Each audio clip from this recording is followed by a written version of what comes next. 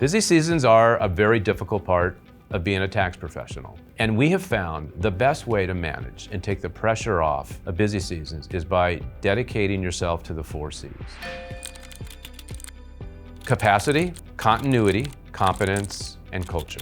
I believe if you lean into and build strong infrastructure and structure around all 4 of those, I think you'll be amazed at what it does to dilute the pressure and the difficulty that often is experienced during busy seasons. The first C, maybe one of the most important, is capacity. Having a commitment to capacity means that you are willing to overhire.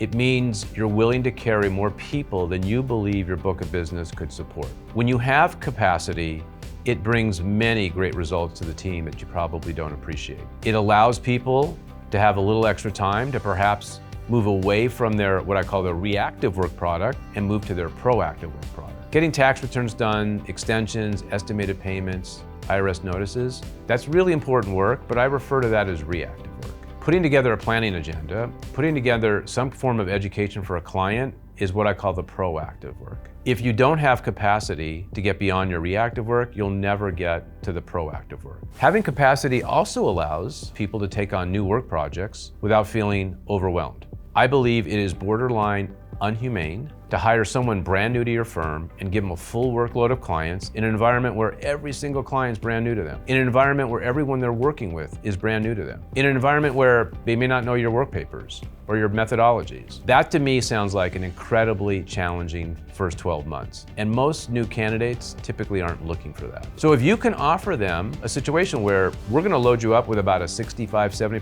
workload so that you can properly onboard, so you can learn your way around, and you can really get your confidence before you get to what we would consider a full workload, I think makes a big difference. And just wanting capacity isn't enough to be successful at it. You also have to have both the profit margin mentality and the recruiting piece figured out, or you won't be able to execute on that strategy.